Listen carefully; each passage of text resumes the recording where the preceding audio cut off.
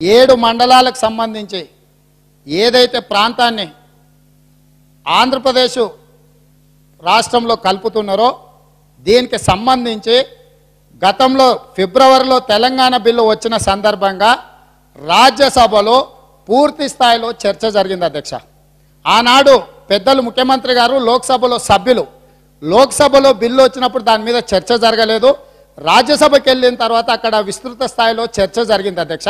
చర్చ జరిగిన తర్వాతనే మార్చి 1, 2014 రోజు కేంద్ర కేబినెట్ దాన్ని ఆమోదించి వాటిని రాష్ట్రపతికి ఆర్డినెన్స్ కోసం పంపిస్తే మార్చి 5 రోజు ఎలక్షన్ షెడ్యూల్ వచ్చింది కాబట్టి ఎన్నికల కోడ్ నిబంధన అడ్డం వస్తుందని చెప్పి రాష్ట్రపతి గారు ఆ ఫైల్ను తిరిగి పంపించడం జరిగింది అధ్యక్ష.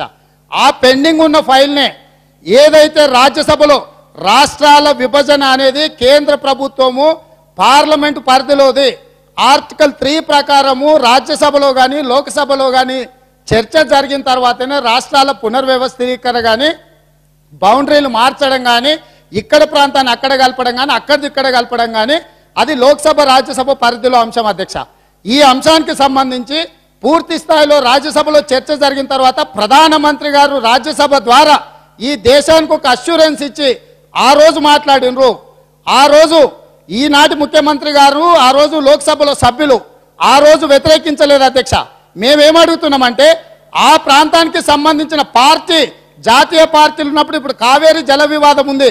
కర్ణాటకకు సంబంధించిన కాంగ్రెస్ వాళ్ళు కర్ణాటకకు అనుకూలంగా మాట్లాడి ఉండొచ్చు, తమిళనాడుకు సంబంధించిన వాళ్ళు తమిళనాడుకు అనుకూలంగా మాట్లాడి ఉండొచ్చు. ఇక్కడ చర్చ అది కాదు.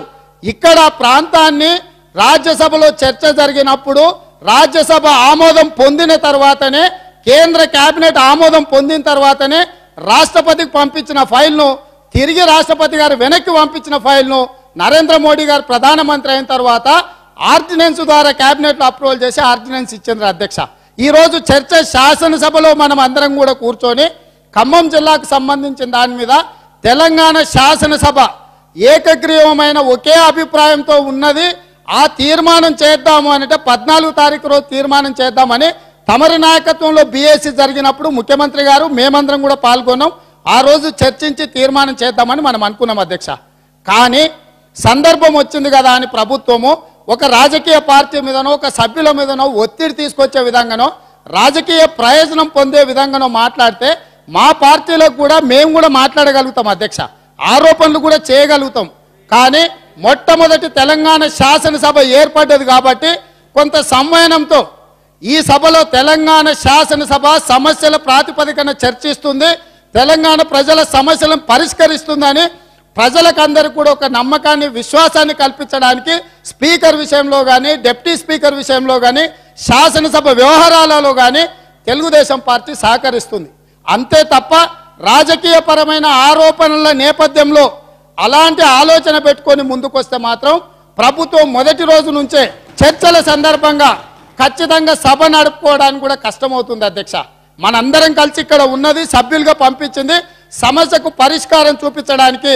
మీరు కావాలంటే ప్రభుత్వం మీది మీరు అఖిల పక్షాన్ని ఏర్పాటు చేయండి, మన విధానం ఏందో నిర్ణయించుకుందాం, అక్కడ చర్చించి కేంద్ర ప్రభుత్వానికి అవసరమైతే మన తీర్మానం ద్వారా తెలియజెప్పుదాం తప్ప దీన్ని అడ్డం పెట్టుకొని ఈరోజు రాజకీయ ప్రయోజనాల కోసం ప్రయత్నం చేస్తే మాత్రం తెలుగుదేశం పార్టీ ఏమాత్రం ఒప్పుకోదు.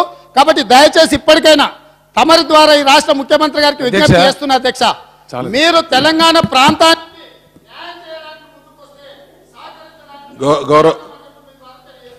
అధ్యక్ష ముఖ్యమంత్రి గారు ఎట్లుంటుందంటే అధ్యక్ష సభ నడుపుకోవడమే కష్టమైందంటే సభ ఎట్లా నడుపుతున్నారు రేవంత్ రెడ్డి గారు అంత ఇష్యూ ఏం కాదు. అది సభ ఎట్లా నడవనో నడుస్తుంది, సభ మీరు ఆపితే ఆగది. ఆ okay okay okay no problem no problem brother, మీరు ఆ ఉద్దేశం నుండి మేము కూడా ఎట్లా మాకు కూడా తెలుసు ఎట్లా నడపాను కూడా. ఈ పిట బెదిరింపులకు భయపడడం లేరు అధ్యక్ష. ఒకటి. రెండవది మీరు మాట్లాడేది ఎట్లుంటుందంటే చేసేది అంతా చేస్తాం, జరగాల్సినంత జరుగుతుంది, కానీ మమ్మల్ని ఏమనద్దు, చెప్పేది వినండి. ఎవరేం చేసిన వినాలి కదా, తొందర ఎందుకు పడుతున్నారు? చరిత్ర లేదా, సాక్ష్యం లేదా? 2 తారీఖు నాడు అగమేఘాల మీద ఢిల్లీ కురికి ఆర్డినెన్స్ దొంగదారిని ఇప్పించింది ఎవరండి? ఎవరండి? ఎవరు చేసినా అండి? ఉండవా బాబు, ఎందుకు మాట్లాడుతున్నావు? నువ్వు రేవంత్ రెడ్డి గారు మీరు మాట్లాడుతుంటే నేనేం మాట్లాడలేదు కదా. Your turn is over, please hear me. అధ్యక్ష, ఈరోజు 2 విషయాలనే అధ్యక్ష. ప్రపంచమంతా చూస్తూ ఉంది, ఇక్కడ మనమే చూస్తలేం, పేపర్లలో వస్తూ ఉంది. 2వ తేదీ నాడు అగమేఘాల మీద ఢిల్లీకి పోయి కూర్చొని ప్రధానమంత్రి మీద ఒత్తిడి తెచ్చి ప్రధానమంత్రి చేత ఒక అప్రజాస్వామికమైనటువంటి దుశ్చర్యకు పాపాన్ని కొడిగట్టిందే చంద్రబాబు నాయుడు, మీ నాయకుడు, తెలుగుదేశం పార్టీ అధ్యక్షుడు. ఇది ప్రపంచమంతా తెలుసు అధ్యక్ష. రెండవ మాట అధ్యక్ష, నిన్న నేను మాట్లాడిన అధ్యక్ష, నేను మాట్లాడితే నిమిషం ఆ మాట వారే చెప్పిన అధ్యక్ష, చంద్రబాబు నాయుడే చెప్పిండు. ఒకటి. రెండవ పాయింట్ అధ్యక్ష, నేను ఒక రాష్ట్ర ముఖ్యమంత్రిని, తెలంగాణ రాష్ట్రానికి నేను ముఖ్యమంత్రిని. సభలో ఉన్నోళ్ళగా పాడి మాట్లాడుతున్నాయా? సభలో ఉన్నదే మాట్లాడుతున్నాం, మీరు ప్రస్తావించిందే మాట్లాడుతున్నాం.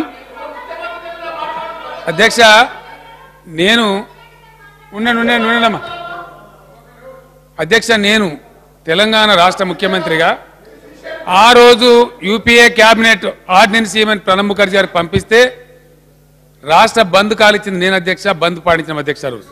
ఒకటి. రెండు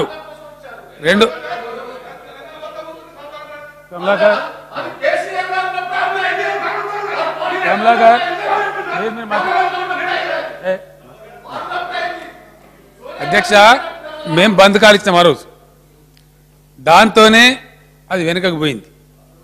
ఆ తదనంతరం ఆ రోజు నేను రాష్ట్రపతికి ఉత్తరం రాసిన అధ్యక్ష. ఆ తదనంతరం మళ్ళీ మొన్న వీళ్ళు తీసుకొని వస్తే మేము ఆ రోజే రాష్ట్రపతి గారికి ఉత్తరం రాసినాం, ప్రధానమంత్రి గారికి ఉత్తరం రాసినాం, ప్రొటెస్ట్ కూడా చేసినాం అధ్యక్ష. నేను బంద్ కాలిసిన మళ్ళా తెలంగాణ బంద్ జరిగింది మీకు తెలుసు. దాని మీద ఉన్నాను విమర్శించారు అధ్యక్ష. ముఖ్యమంత్రి డిజిగ్నేట్మెంట్ మీరు బంద్ కాలు ఎట్లిస్తారు అని మాట్లాడిన వాళ్ళు కూడా ఉన్నారు అధ్యక్ష. దాని తదనంతరం ఇదంతా జరిగింది. మేము ఫైట్ చేస్తామని చెప్పినాం. మొన్న పార్లమెంట్లో మోడీ గారికి చెప్పి మరి మా డ్యూటీ మేము చేస్తామండి, మా రాష్ట్ర ప్రయోజనం మాకు ముఖ్యమని పార్లమెంట్లో మేము నిరసన తెలియజేసినాం అధ్యక్ష. నేను ఆ విషయం మాట్లాడితే పక్క రాష్ట్ర ముఖ్యమంత్రి నారా చంద్రబాబు నాయుడు గారు నా ఎడల మాట్లాడే పద్ధతి అధ్యక్ష, హూ ఆర్ యూ, ఈ పేపర్లలో వచ్చింది అధ్యక్ష. ఇవాళ సంస్కారం వాళ్ళకు ఉంటుంది, ఇవాళ మర్యాద వాళ్ళకు ఉంటుంది.